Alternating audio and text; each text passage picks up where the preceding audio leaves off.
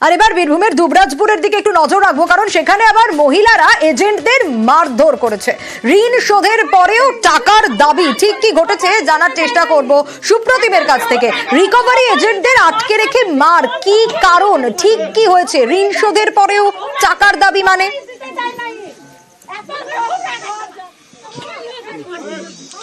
একদমই দেখো, যে ঘটনা ঘটেছে সেটা হচ্ছে বীরভূমের দুবরাজপুরের 1 নম্বর ওয়ার্ডে। সেখানে হচ্ছে ঋণদানকারী সংস্থা থেকে ঋণ নিয়েছিল এই মহিলারা, কিন্তু মহিলাদের অভিযোগ হচ্ছে তারা কিন্তু ঋণ সমস্ত মিটিয়ে দিয়েছে, কিন্তু তারপরেও কিন্তু ঋণদানকারী সংস্থার যে এজেন্ট তারা কিন্তু বাড়ি বাড়ি আসছে এবং এসে ঋণের টাকা ফেরত চাইছে, অর্থাৎ ইএমআই যেটা সেই টাকা কিন্তু ফেরত চাইছে।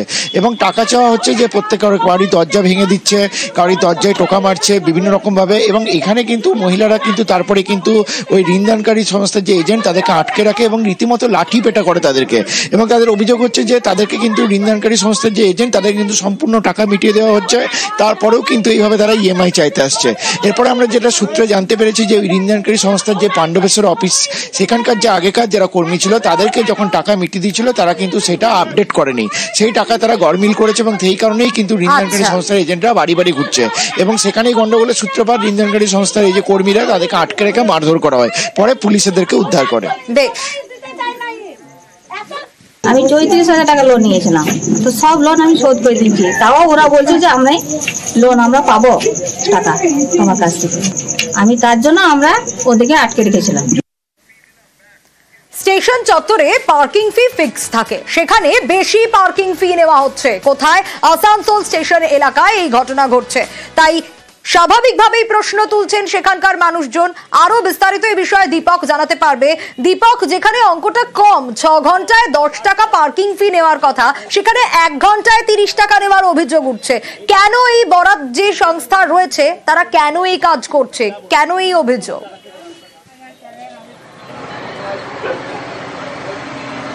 দেখো, বরাত পাওয়া সংস্থার এখন সাফাই হচ্ছে কি তারা জানতো না, কারণ হচ্ছে 2 দিন আগেই তারা বরাত পেয়েছে আসানসোল স্টেশন চত্বরে পার্কিং এর, তাই তারা জানতো না, যার ফলে ভুল হয়ে গেছে এটা। কিন্তু রেলের পক্ষ থেকে যে অর্থ নির্ধারণ করে দেওয়া হয়েছে কি 10 টাকা মোটর সাইকেল 6 ঘন্টা থাকবে এবং 20 টাকায় 4 চাকা গাড়ি 6 ঘন্টা থাকবে, তাতে কোনো অতিরিক্ত মূল্য দিতে হবে না যারা সাধারণ যাত্রীকে ছাড়তে আসানসোল স্টেশনে আসে। কিন্তু এইখানে এই পার্কিং প্লাজা যারা বরাত পাওয়া সংস্থা তার বিরুদ্ধে অভিযোগ ঘন্টা পিছু 30 টাকা দাবি করছিল। তাতেই ক্ষুব্ধ হয়ে রেলের আধিকারিকদেরকে বিষয়টি জানায় সাধারণ মানুষ। এরপরই রেলের পক্ষ থেকে এই পার্কিং যে সংস্থা বরাত পেয়েছে তাদেরকে নোটিশ জারি করা হয়েছে। অবিলম্বে যে সরকারি নিয়ম রয়েছে, রেলের যে অর্থ আছে নির্ধারিত করা অর্থ তা নিতে হবে, না হলে তার লাইসেন্স ক্যান্সেল করে দেওয়া হবে। এরপরই কিন্তু আশ্বস্ত হয়েছেন আসানসোল স্টেশনে আসা সাধারণ যাত্রীরা। रेट चार्ट आज हम लोग का पूरा कंप्लीट हो गया। अभी जो भी भाव उठा रहे कैसे उठा रहे हैं? फिलहाल जो उठ रहा था उसको कैंसिल कर 30 रुपया घंटा था। रेल से बोला गया है? नहीं, ये बोला आप लोग क्यों ले रहे थे? नहीं, हम लोग का ये मतलब हम लोग का जानकारी नहीं था, ठीक है। तो हमको लगा जैसे कि 30 रुपया घंटा ही चार्ज है, चल रहा है। कौन दिया आपको रसीद? कंपनी दिया था। रेलवे के हिसाब से 6 घंटा आप गाड़ी लगाइएगा तो 10 रुपया। अगला पार्किंग वाला का बोर्ड देखिए लगा हुआ। ये भाई साहब नया आए हैं, इनको चाहिए 30 रुपया घंटा। अगर जो आप 6 घंटा लगाइएगा तो 180 रुपया दीजिए। तो जो रेल का रेट है आप वो ना लीजिएगा, रेट का ज़्यादा 30 रुपया घंटा उठा रहा है, इसीलिए अफसर लोग आए थे। মোবাইল হারিয়ে সাইবার প্রতারণার শিকার, কিন্তু এই মোবাইল কবে হারিয়েছিল? গত বছর অক্টোবরে রসুলপুর বাজারে। আর তারপরই অ্যাকাউন্ট থেকে গায়েব হয়ে যায় 31,000 টাকা। আরো বিস্তারিত এই বিষয়ে দেবব্রত জানাতে পারবে। দেবব্রত, কি আপডেট পাওয়া যাচ্ছে? কারণ টাকা খুইয়ে বাঁকুড়ার এই পরিবার রীতিমতো বিপাকে পড়েছেন। ব্যবস্থা কি হলো? পাওয়া গেল টাকা ফেরত? একদমই দেখে, এখনো পর্যন্ত টাকা ফেরত পাওয়া যায়নি। তবে সাইবার ক্রাইমে ইতিমধ্যে অভিযোগ জানানো হয়েছে এই প্রতারণা চক্রের।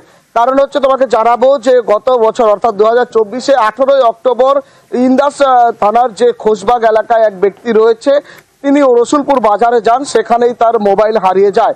তার যে মোবাইল নাম্বার ছিল সেই নাম্বার তার ওয়াইফের অ্যাকাউন্টের সঙ্গে লিঙ্ক আপ ছিল। অর্থাৎ একটি রাষ্ট্রায়ত্ত ব্যাংকের অ্যাকাউন্টের সঙ্গে লিঙ্ক আপ ছিল। তার পরের দিনেই তার 2 দফায় অর্থাৎ প্রথম দফায় 16,000 এবং দ্বিতীয় দফায় 15,000 টাকা গায়েব হয়ে যায়। অসহায় পরিবার তারা তখন চেক করেনি। হঠাৎ করেই গতকাল যখন তাদের অ্যাকাউন্ট বই চেক করতে যায় তখন দেখে যে পুঁজি ছিল তাদের সেই পুঁজি নেই, অর্থাৎ সমস্যায় পড়েছে তারা। তখন বই আপডেট করে দেখা যায় যে যেদিন মোবাইল চুরি হয়েছে তার পরের দিনে এই প্রতারণার চক্রে তারা পড়েছে। অর্থাৎ তারপরেই কিন্তু পাত্রসায় থানায় তারা এসেছে, সেখান থেকে সাইবার ক্রাইমে অভিযোগ জানিয়েছে, তারা টাকা ফিরে পেতে চাইছে এবং দোষীদের শাস্তি চায়। এবং গোটা বিষয় খতিয়ে দেখা হচ্ছে। বেশ,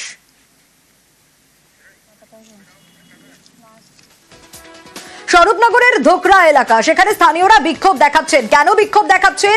বেআইনি মাটি ব্যবসা করেই এলাকায় পুকুর ভরাট হয়ে যাচ্ছে। কারাই কাজ করছে, কাদের বিরুদ্ধে এই অভিযোগ? অনুপম রয়েছে। অনুপম, রীতিমতো স্থানীয়রা বিক্ষোভ দেখাচ্ছেন, কিন্তু এই বেআইনি মাটি ব্যবসা কবে থেকে চলছে, কারা করছে, চিহ্নিত করা গেছে?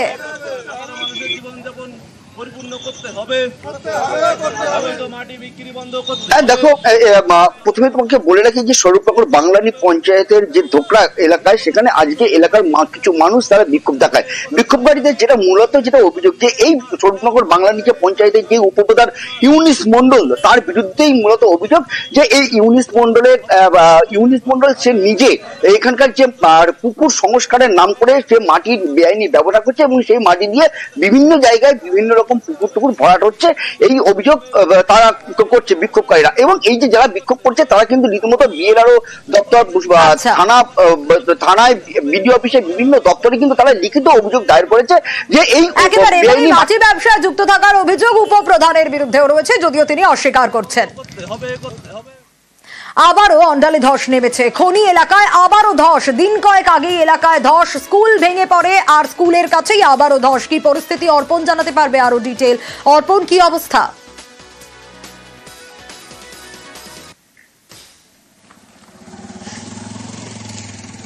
অন্ডালের যে খাস কাজলা রয়েছে সেখানে আঞ্জিরা বাগান বলে একটি জায়গা রয়েছে। কিছুদিন আগেই ওই অঞ্চলে একটি স্কুল, মূলত একটি ইংরাজি মাধ্যমিক স্কুল, একেবারে ধসের কবলে থাকে এবং ফের কিন্তু ধস দেখা যায়।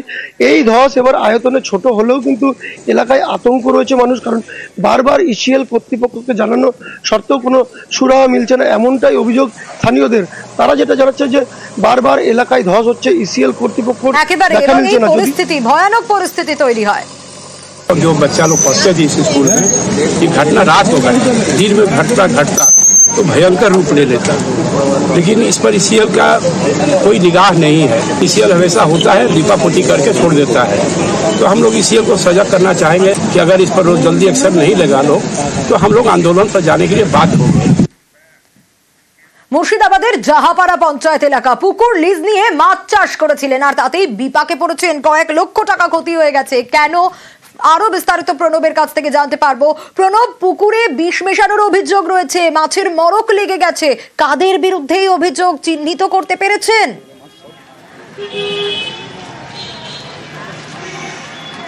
না, দেখো, এখনো পর্যন্ত চিহ্নিত করেনি। মুর্শিদাবাদের যে জাহাপাড়া গ্রাম পঞ্চায়েত রয়েছে, সেই জাহাপাড়া গ্রামের পরিচিত তোমার হচ্ছে ফরাদবাগ একটি পুকুর রয়েছে, যেটা সরকারি পুকুর, স্টেটের পুকুর।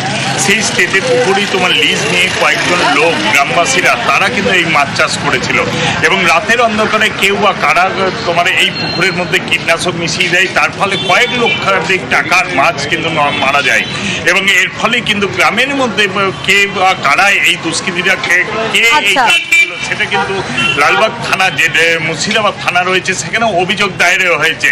তবে এখনো পর্যন্ত যেহেতু কাউকে দেখা যায়নি, সেই কারণে কারোর নাম সন্দেহ করতে পারছে না। তবে যারাই করুক না কেন, যেহেতু বেকার যুবকরা এই পুকুরটাকে খতিয়ে দেখা হচ্ছে যে কারা এই কাজ করলো।